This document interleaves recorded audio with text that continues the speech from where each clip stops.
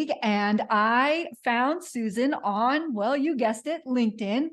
She made an insightful comment on one of my posts, and I just knew she'd be a great guest to have, and I am sure she's going to make that very evident in just a moment.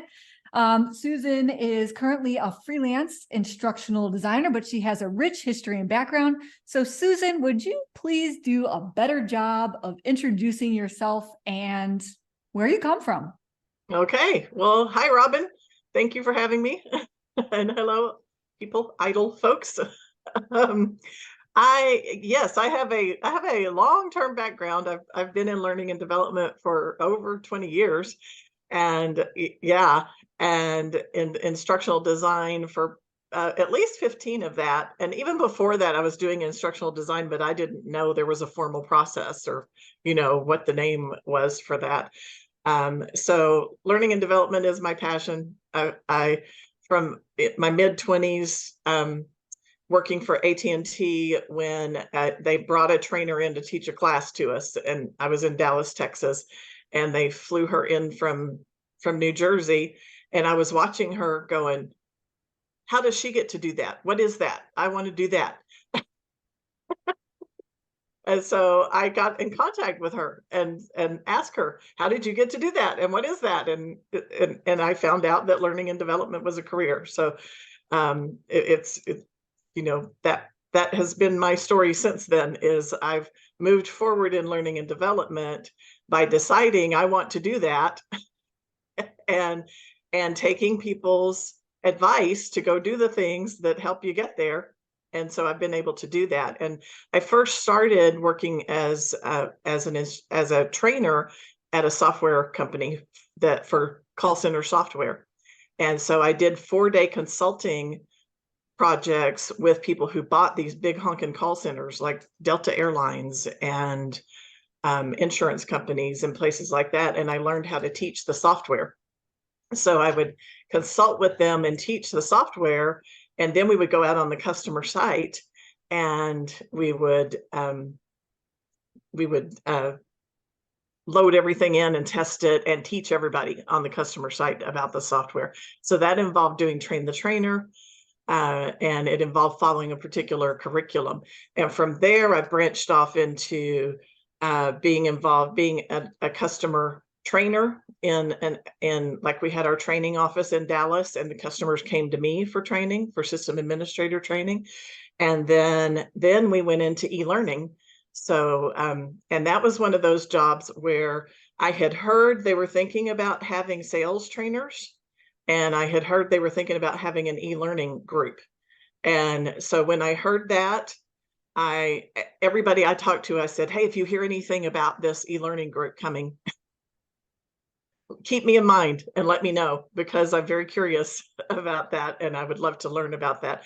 And so I was hired as the first e-learning project manager at Aspect Communications, and then we built a team of 5 e-learning project managers across the country.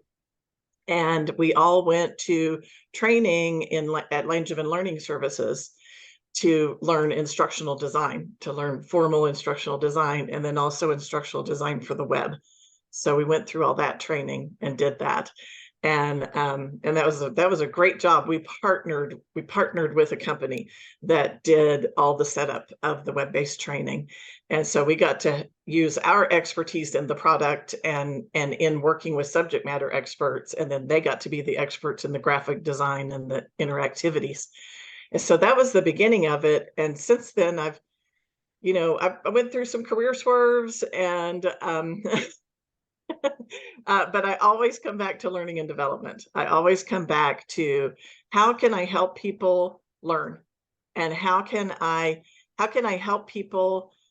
Particularly what interests me is when I'm helping people in their career development, and whatever job I'm doing, I need to be involved in people's career development and in their human development, because that's just one of my passions. So yeah, most recently I was training manager at a hospitality company that owned a 115-year-old amusement park. And we had 350 full-time employees and hired 1,500 seasonal employees per year.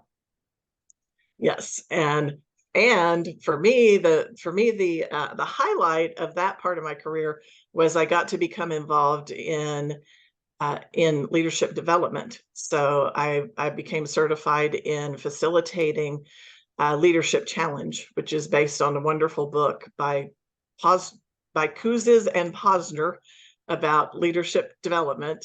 It's a great book, The Leadership Challenge, and there's a whole curriculum around that. And also became involved in performance appraisal program that's based on coaching. Is how do you teach managers how to coach folks to manage their careers and to move forward in their careers. And so that's what I've been involved with lately. And I've also been involved with a group called CultureCon, and I'm stumbling around. It's not CultureCon, Culture First, and also a company called Fearless Cultures. And that's where I'm learning how to consult with folks who are company owners and how to consult with folks about how to deliberately create a corporate environment and your corporate culture so that people feel fulfilled, they feel accepted, they feel able to come and be themselves at work, and they feel like they are contributing at their highest level of contribution. And that helps people stay and helps keep a robust and powerful corporate environment so that you're attracting the right workers there. And also you happen to do better in your business and your customers are more satisfied as you're doing that. So, I mean, when I said rich history, that was no joke. And I think, Susan, a lot of people who are listening to this are usually brand new to the field. And I just love how part of your story was somebody came in to train you at AT&T, and instead of you thinking, oh, maybe that, looks difficult or whatever, you said, that's for me. And you reached directly out to them and said, if she can have it, I can have it too. And then what did you do from there? So you reached out to her. What was the actual steps that you made to land that first official training position? Yeah. That's what we want to know. Well, the things she told me were, number one, go get experience teaching to a curriculum. And you can do that with volunteer work if you can't get it happening on your job. So at AT&T, I was working in administration at the time, and there was a lot of delineation between administration and anything else. So I couldn't get any opportunities to teach going on in that role. So I volunteered for an organization called LIFT, which was Literacy Instruction for Texas. I learned how to teach to a curriculum with that. And that was teaching adult learners how to read. And it was amazing. I did it with a friend. It was an amazing experience. We had an 11-step curriculum. So I did that. She said, get experience in public speaking. Go to Toastmasters. I went to Toastmasters. I was highly involved in Toastmasters for, this was actually a 3-year process. I was highly involved in Toastmasters for 3 years, and had a great time while I was doing it, and won ribbons and got to go to contests and write creative speeches and meet cool people and stuff like that. So she said, those were two main things. And then the other thing at that time, working for AT&T, she told me you can't get into a trainer role, like they typically won't promote someone from an admin role to a trainer role. So to work around that, you need to get into a role that's considered a manager position. And I was working for the national sales department at the time, and they were opening a new department. And I'm not a salesperson. I don't like being a salesperson. I don't ever want to be a salesperson. But they had these sales support roles that were manager level. And in the sales support role, you would work with customers and work with the sales folks and learn everything about the customer and what their needs were and design a solution for them. Does that sound a little bit like instructional design? design a solution for them, and then support the sales folks in presenting the solution and selling it. And so I went through the 1.5 year process of going through getting assessed for that role. Like you have to let your managers know, apply, go do this. They flew me to Atlanta to go do this assessment, do 5 levels of interviews, all that stuff. And I got the role. And so like, yes, this is, I'm doing this. And I did that role for about a year. And I started interviewing for training jobs at AT&T, and they had a quality assurance trainer position open. And I was in the middle of interviewing for that, and they told me it came down to two of us as the final candidates. And then AT&T had a hiring freeze. Oh, and that meant people couldn't move, which is corporate. That happens. And so I started looking outside of AT&T. I was like, well, okay, I've done the deal. I've done the steps that she told me to do. And it got me started in that direction. I got the interview and I almost got the job as far as I know. So to me, that's one of those, okay, that's disappointing, but so what next? Yeah. Let me go do the next thing. And so the next thing was to look outside of AT&T. And I ended up in the trainer job I got. To me, was a dream job. I traveled all over the country. I got to go to London and teach.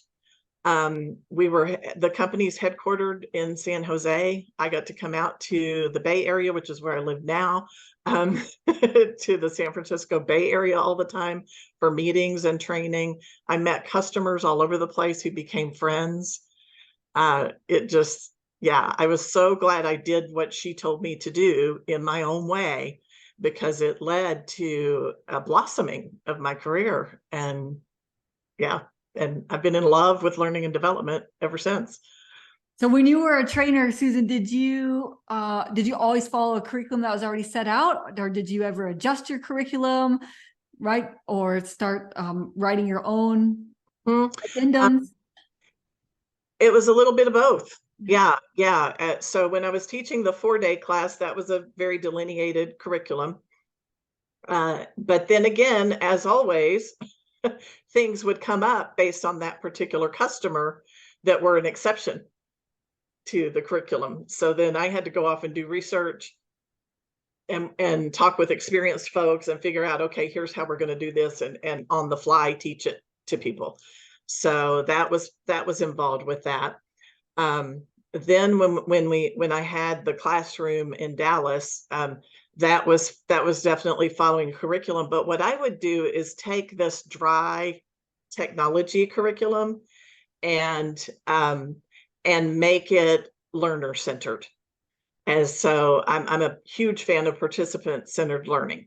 And in fact, I saw on one of your things, you said in the idle courses that you spend more time actively doing than passively watching. To me, that is so important for any kind of training. And so, and when you're teaching software, that can be very much passively watching while you're showing people how it's done. And so I took the existing curriculum and found places where I could make it more interactive in it. So I would go in and create my own exercises and ways to test out the theories that we were talking about. So we could actually load it into the system in the training room and go, okay, now what happens if you do this? And then we could actually send a phone call to phones in the training room. And these days it would be computers, but we could actually, test out, here's what we're doing. And I found that to be a hugely important skill, to be able to both design things in advance, because you learn from teaching, okay, here's where people are going to get confused. Here's where people start zoning out. Here's where people start asking questions like, but wait, what do you mean by blah, blah, blah, and that kind of thing. And so you having the experience of teaching it, I think it's important to be able to go into your course and go, okay, here's where I'm going to beef this up here. make this explanation clearer here. Maybe have them talk to each other about it here to make sure that they all understand it, and build in some interactivities here so that it's less passive. I think it's important to be able to do that. And it's also important to be able to kind of think through on the fly when things come up, to go, there's a concept called concretizing, which is like taking an idea and making it physical, making it like concrete. It's like, okay, how can I take this idea and make it physical? And it's a skill that you can develop as you're training, to be able to on the fly design an interactivity that helps make a point that comes up during the class. And to me, that's so fun. Yeah. Yeah, no, I'm with you 100%. I mean, I think we could probably talk about deliberate practice and problem-centered instruction. I think I would just describe it in a different way, but we are saying the same thing, right? Like give them whole tasks to complete for the software, right? You don't want to create software that's like, open the file and then start a new project. No, you need to have a project. And then what are you going to do? What are going to be the things that you actually need to use the software for, right? You need to actually handle customer complaints. So let's walk through how the software helps you handle software complaints. And so I just love this, how we're on the same page about this importance. I think it's really interesting, Susan, how you went from a trainer, and there is something that's special and unique about being in a live classroom and being able to adjust on the fly. Whereas when you went to that e-learning part, you have to think through from the beginning to the end of your solution with, I mean, yes, you can kind of get feedback along the way, but really you have to think through it all the way throughout the end without it being, getting to see people's faces glaze over or certain things like that. And so I imagine that all that teaching experience actually translated very well to thinking through the whole thing and remembering the different places that students, lost their way or got confused and things like that. So all that to say is you've been from training to instructional designer, e-learning development, project manager, and here you are a champion for professional development, right? Just look at all the skills that you've even built yourself along the way that have added up to where you are today. And I would love to hear you talk more about how you help companies specifically think about professional development. So the common thought of professional development is you get a new hire, you send them through their new hire training, you have them do their job, and then the best ones filter to the top and they get promoted. And that's an interesting concept. What I found in working in one of my roles as an instructional designer, we were writing new hire training for folks, and we had a learning and development department that was part of people services, which was HR. And so as instructional designers, we had a team of 7 instructional designers, and we were responsible for working with the departments to help design their training. And a lot focused on new hire training. And what we discovered as we were working with those is there was always someone in each department who loved teaching other people. There was always someone in each department who loved taking care of the social side of what the team needed. There was always someone in the department who could be your tech go-to for the department, that those were the tech folks. But then there were also these quiet folks who, given the opportunity, could shine. And if you ask them specifically, what interests you? What are your passion projects? If you could do something other than what you're doing now, or what's next for you, what would that be? They'll have an answer for you, but they won't say it unless you ask them. And so that becomes that becomes something that to me is involved in training your leaders. And that is having your leaders committed to professional development for all their folks. And it's not just you pay the most attention to the squeaky wheel. Yeah.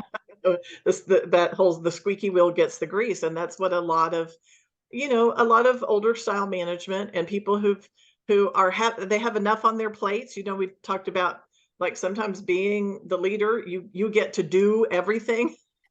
And so you have enough on your plates, and so it's, yay, somebody wants to do this, let's let them do it.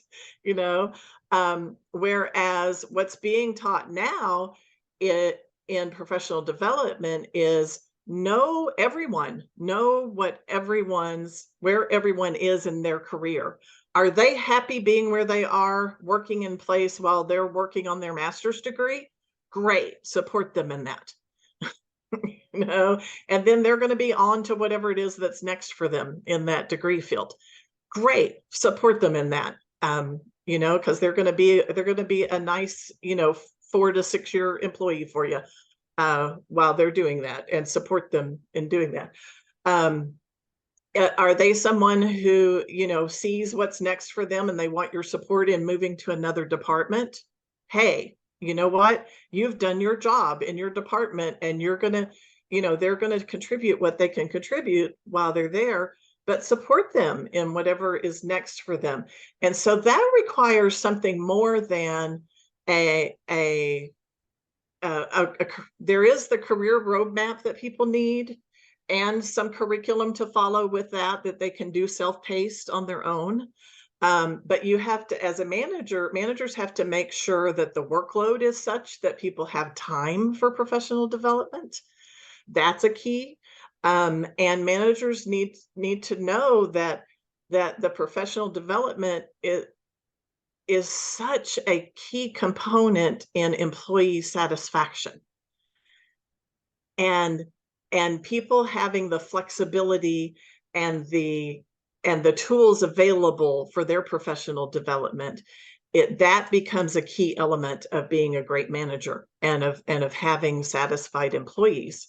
And so then the training the training piece of that becomes, how do we educate leaders about how to do that, about how to get out of the weeds of the doing long enough to have ongoing conversations every other week, if you possibly can, about career development and how can you support folks in doing that. And it's not just training, it's can I get you involved in a cross-functional team so that you're involved in this project that is developing they're developing a software program that will check for quality. They're checking for errors on orders that we're placing.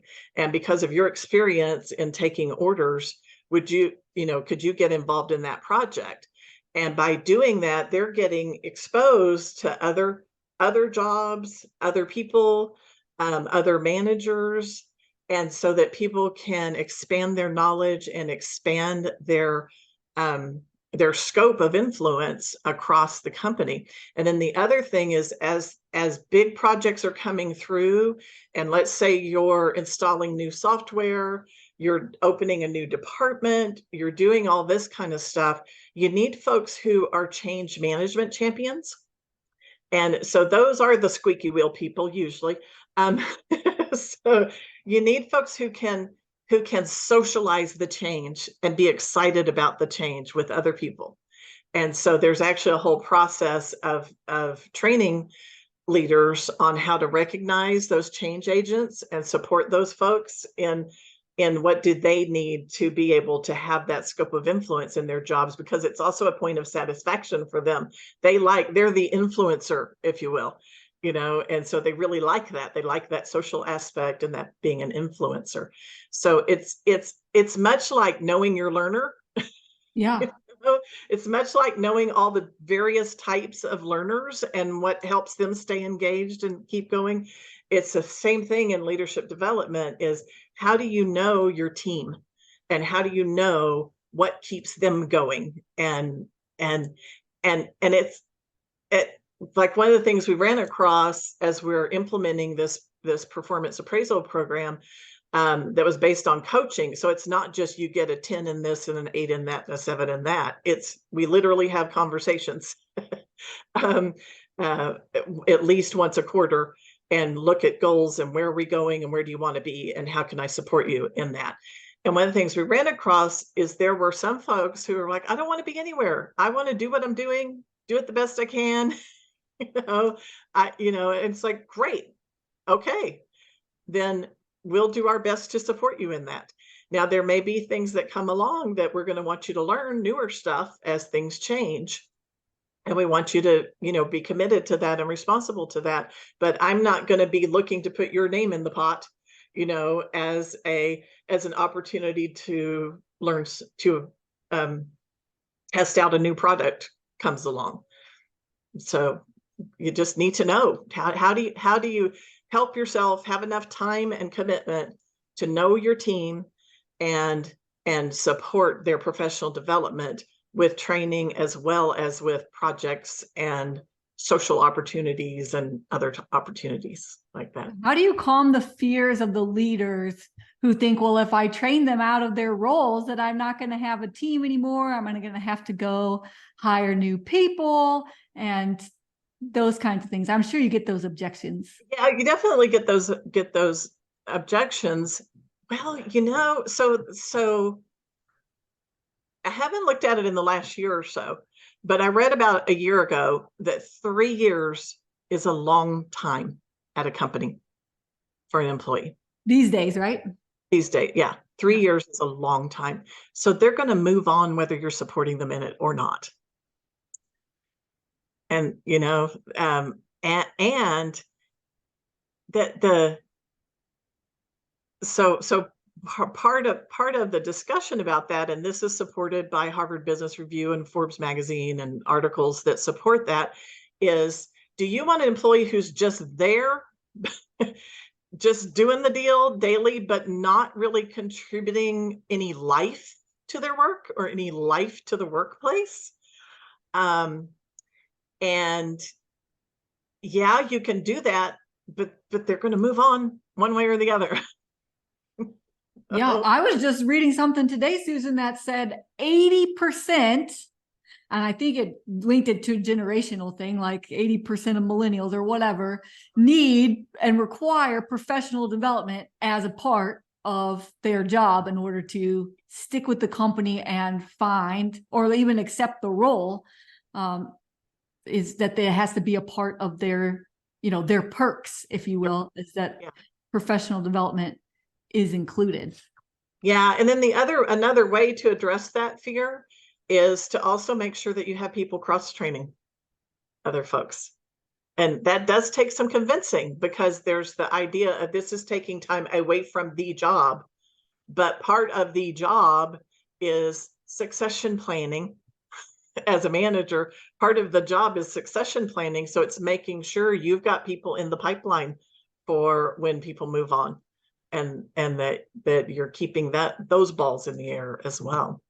Yeah, well, I would imagine just, running my own business, I would rather bring someone up who's already, been baked into idle courses and has like a knowledge base of who we are and what we do and who we serve. I'd rather bring that person up to a manager role than have to train somebody who's been a manager with all of this knowledge about the business. And so I imagine that's part of the conversation as well.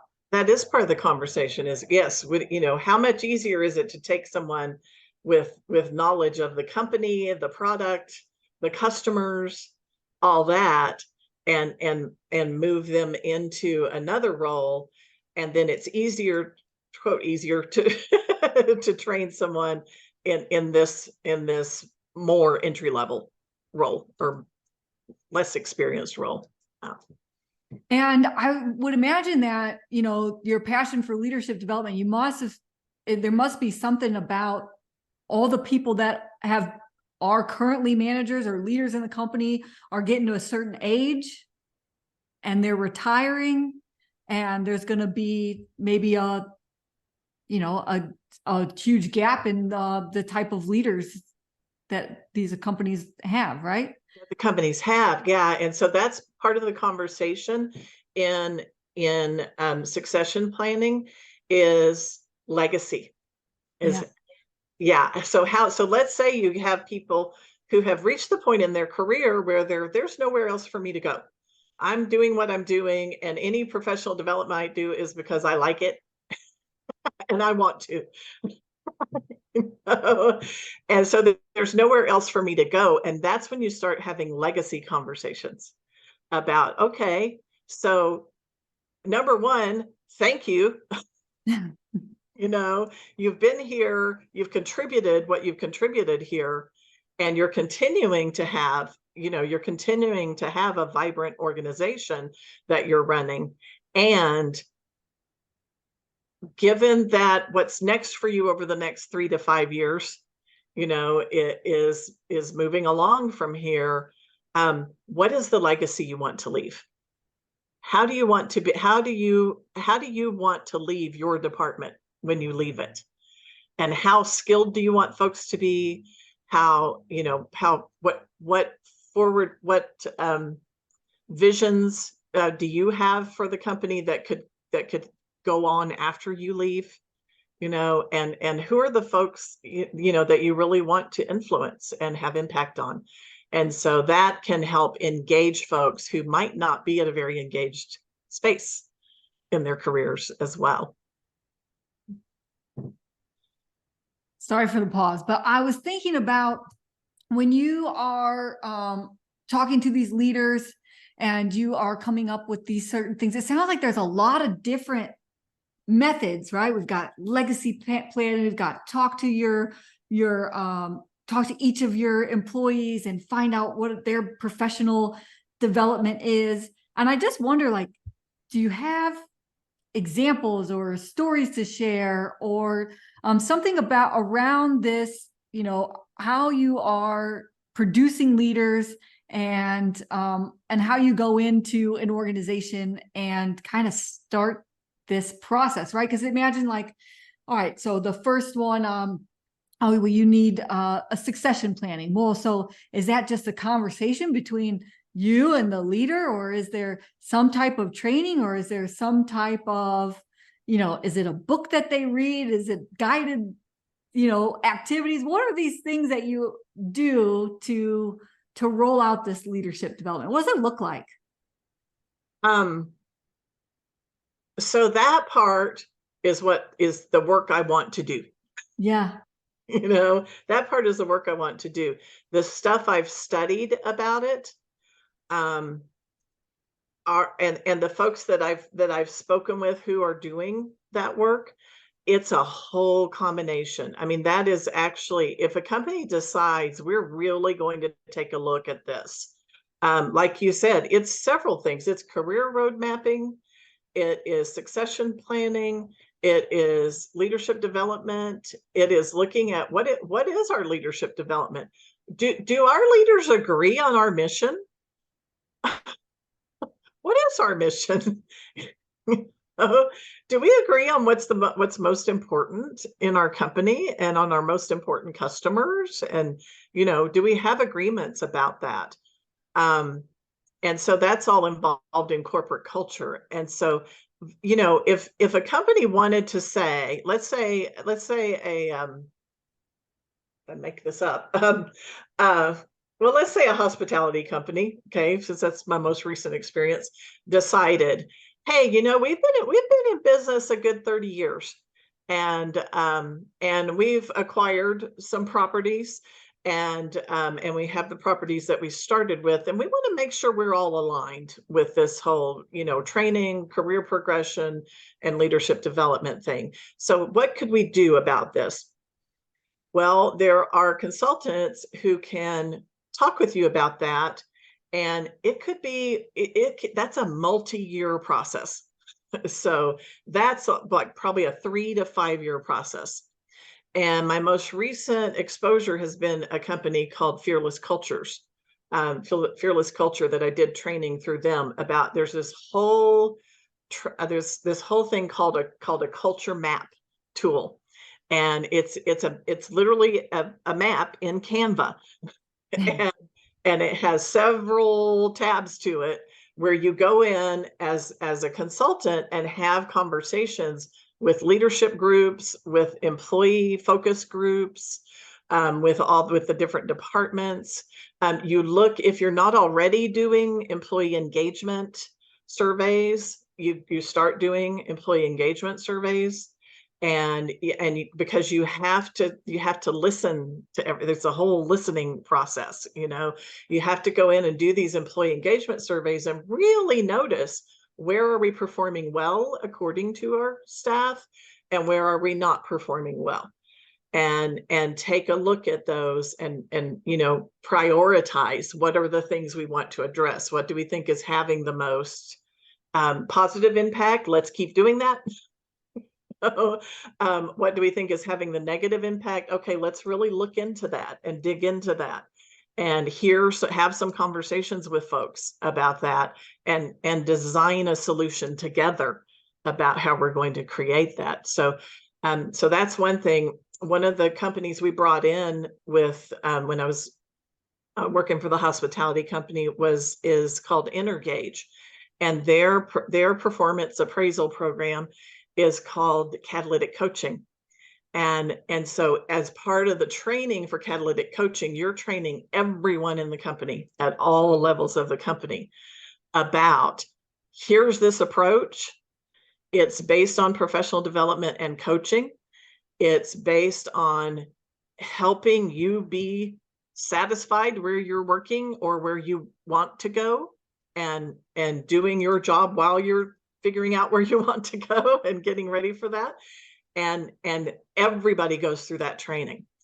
And so there's training for all employees from the perspective of, I'm someone who is receiving coaching. And then there's training for the folks who are now coaches, who will be giving the feedback and having the conversations about performance and development. So that was a whole year process to get started on that. That was to get started, and then you have the process of everyone adopting the program, and so that takes another year and a half to get everybody to adopt the program and get some momentum going with that. So you bring that in, and that's not even, then if you're looking at what is our new hire training, how do people become excellent on the job? What resources do we have available for folks to have their basic skills that they need to do the job, basic company knowledge, knowledge about our customers, all that kind of stuff. So that's a whole different thing where you have a learning and development team looking at that. So it is multi-layer, multi-year. Well, I love that you brought this up too, Susan, because I think a lot of times when you are new to instructional design, you may not be familiar with the fact that some of these projects can be years. They can take years to develop. It takes multiple touch points. It's not just a course. It could include training people to be coaches and a mentorship program, or it could be an apprenticeship program, or it could be even a knowledge base, or it could be all of the above, just kind of like what you've laid out. And I think it's interesting how you talk about leadership development, because it also points to probably something that you've learned a lot along the way. And I wonder, it sounds like you've been pretty intentional in your own professional development, is the business acumen you need to have in order to, yes, be a good instructional designer, but even to be where you are, to look at leadership development. And I just wonder, like, how important as, picking up different, business systems and processes and how they work, and all that type of knowledge and skills. How important has that been for you? That's been huge. And the thing I'm always grateful for is, even though I wasn't that crazy about sales, and or being part of the sales department, when I got the opportunity to get that sales support job, I got some high quality consultative selling training from AT&T. And that was based on the DISC assessment. So it's about paying attention to the people that you're consulting with. And to me, an instructional designer is very much a consultant. So paying attention to the people that you are consulting with, how do they prefer to communicate, and how do they receive information? And what's the best way to communicate with them, as well as consulting training about knowing their WIFM. What is their what's in it for me? So, and then the consulting piece of knowing, of understanding their business, of being able to ask questions so that you understand the folks that you're consulting with to write a course for. You understand their department. Where is their department in the company? What is that department's influence in the company? What comes into that department and what goes out of that department? And what does inefficiency impact within that department? And what is the business problem they're trying to solve with the training? Because training is not just, you need to know this. Okay, it is, what do you need to do to solve this business problem? And how do you know, the whole assessment phase of this? A lot of times I've had people come to me in various roles and in my freelance and say, we need a training about this. Okay. So tell me, how do you know you need a training about that? Well, we're having a problem, we're having a problem with none of our people know the right thing to say to our patients when they ask about, when they call in and they're trying to fill prescriptions and they're asking about Medicare, how to pay for these prescriptions with Medicare. And you ask 5 different people in our departments and you get 5 different answers. Okay, so could that be solved with an email? Yeah.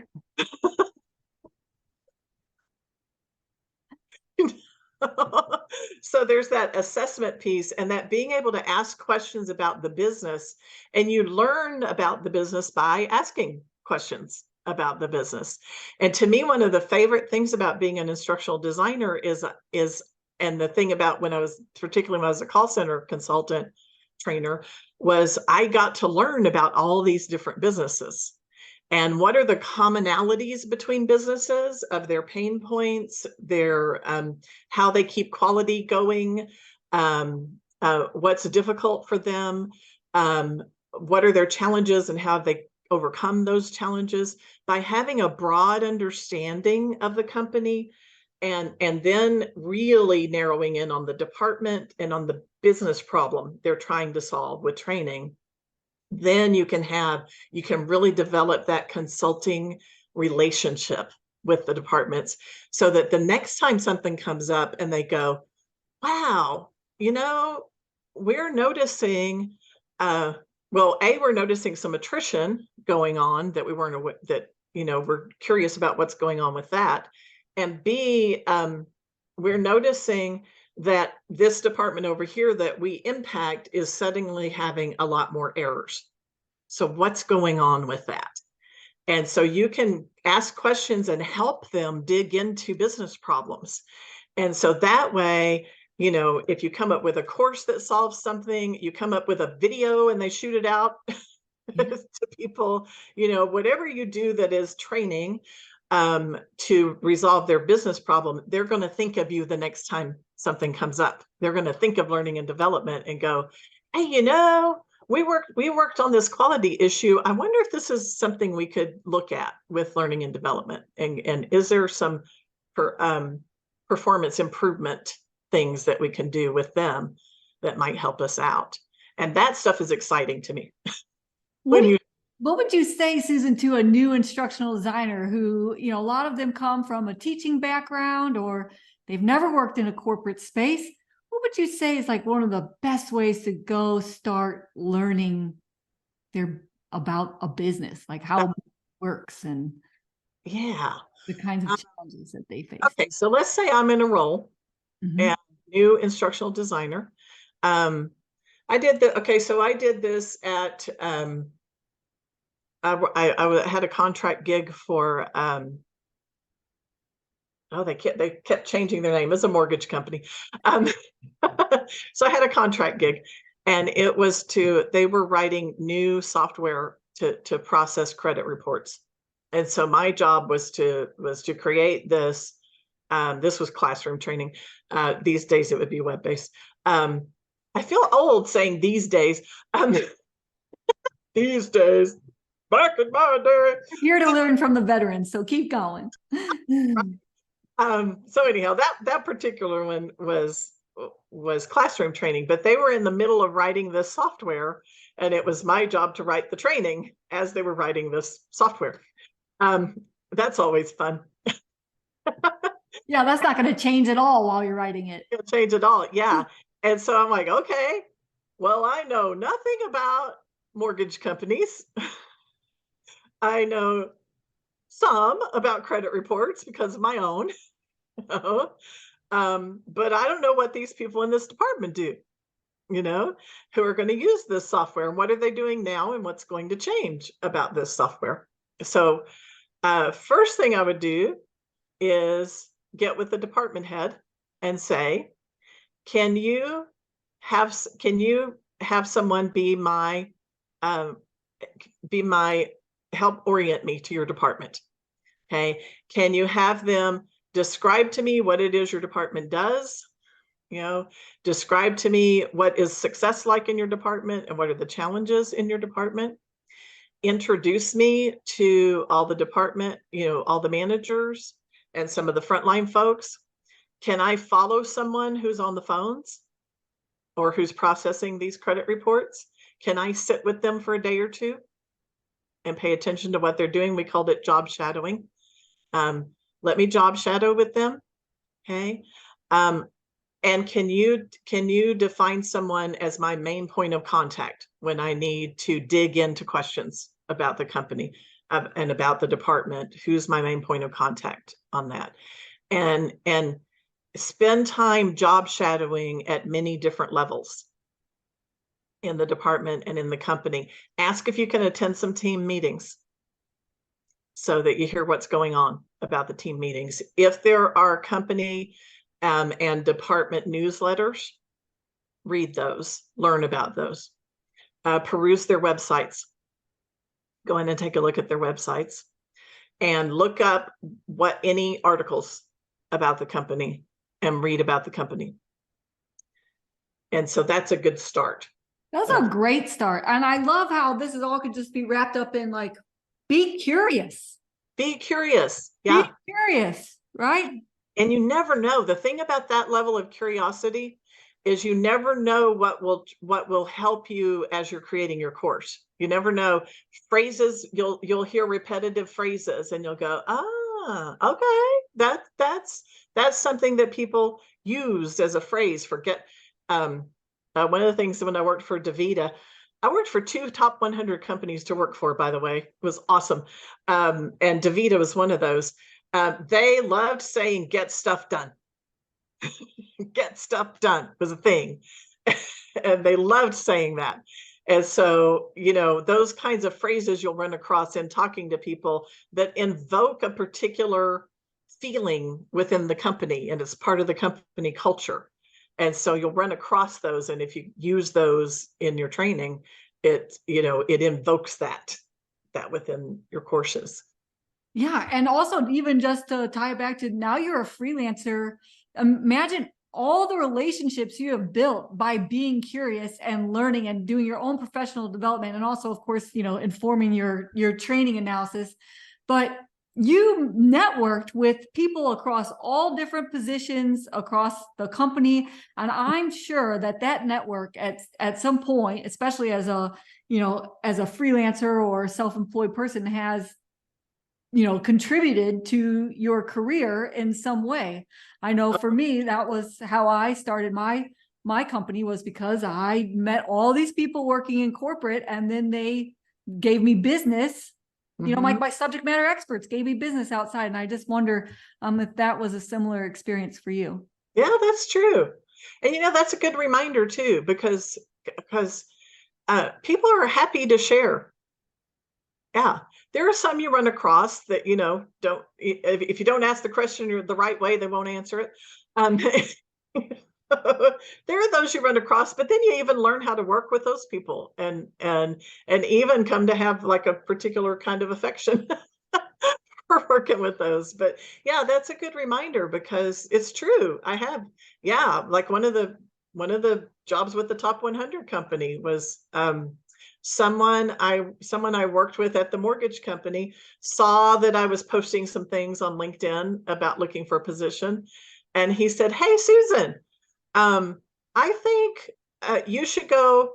I just saw from this lady, Erica, that I used to work with, that she's hiring an instructional designer. I think you two would get along. You should contact her." Yeah. Yeah. So not only do you build your business acumen, you build your knowledge for your analysis, but you also build your personal brand and network. I know for me personally, they called me the funny training lady. So That's great. So, it worked out, right? So then, when I left that company, I started my own business. They're like, "Oh, Robin, the funny training lady. Yeah, I have a friend with another business that needs training and Oh, whatever." So I yeah. love this. So go ahead. That does make me think of, since my passion is career development, I have had people at the companies I worked at as an employee say, "Hey, if I hear you have some dissatisfaction in your job, why don't you go talk to Susan? She might have some ideas for you about what to do next, or what would be good for you." And that just filled my heart, for people to do that, and for me to have the opportunity to coach folks, and outside of whatever my job was at the time, I get to Yeah, do. I find that, that's one of the things that a lot of I've met a lot of instructional designers over the years, especially doing the podcast and having the students and so on. It's the majority of instructional designers have the heart of a teacher. Doesn't matter if they actually came from a background of a teacher or not, but we really do have a soft spot for people and helping them reach whatever that next goal is. And so, of course, I've found that with you too, Susan. So in your heart of a teacher, and since this is a podcast for those that are looking to start or grow their career in instructional design, what is your best and final advice for those who want to become an idol?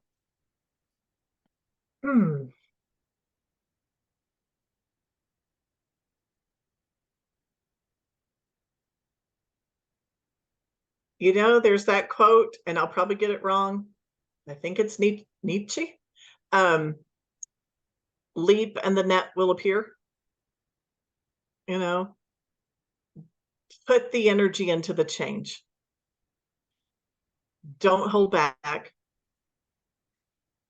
If this is something you want to do, you absolutely can do it. I actually recently hired two former teachers to do a job that we called a guest service coach. And it was literally one-on-one coaching with employees about how to be great with guests, how to provide great guest service or customer service. And we were thrilled, absolutely thrilled, to hire teachers to do this, because of the level of dedication, the level of understanding about teaching, and of working with the age group that we were working with. we were thrilled, absolutely thrilled to have teachers show up for those roles. And those roles, I was having conversations with one of the people about instructional design and about, oh, the skills that you have could so easily transfer into instructional design. You just haven't heard the term instructional design, but you're doing it. You know? So people will be thrilled to work with you. So don't be afraid. Don't be afraid to reach out. Don't be afraid to have conversations. And it doesn't have to be the perfect interview or the perfect role or any of that. Any of those contacts and experiences will build momentum toward where you're going, and they're all valuable. They're all valuable experiences. So put the energy into it and go for it. Yeah, where your energy goes, your where your focus goes, your energy flows. And so that's such a great advice, Susan. I really, really appreciate you coming on and speaking with us today about just a myriad of things. And thank you again for being our guest. Thank you.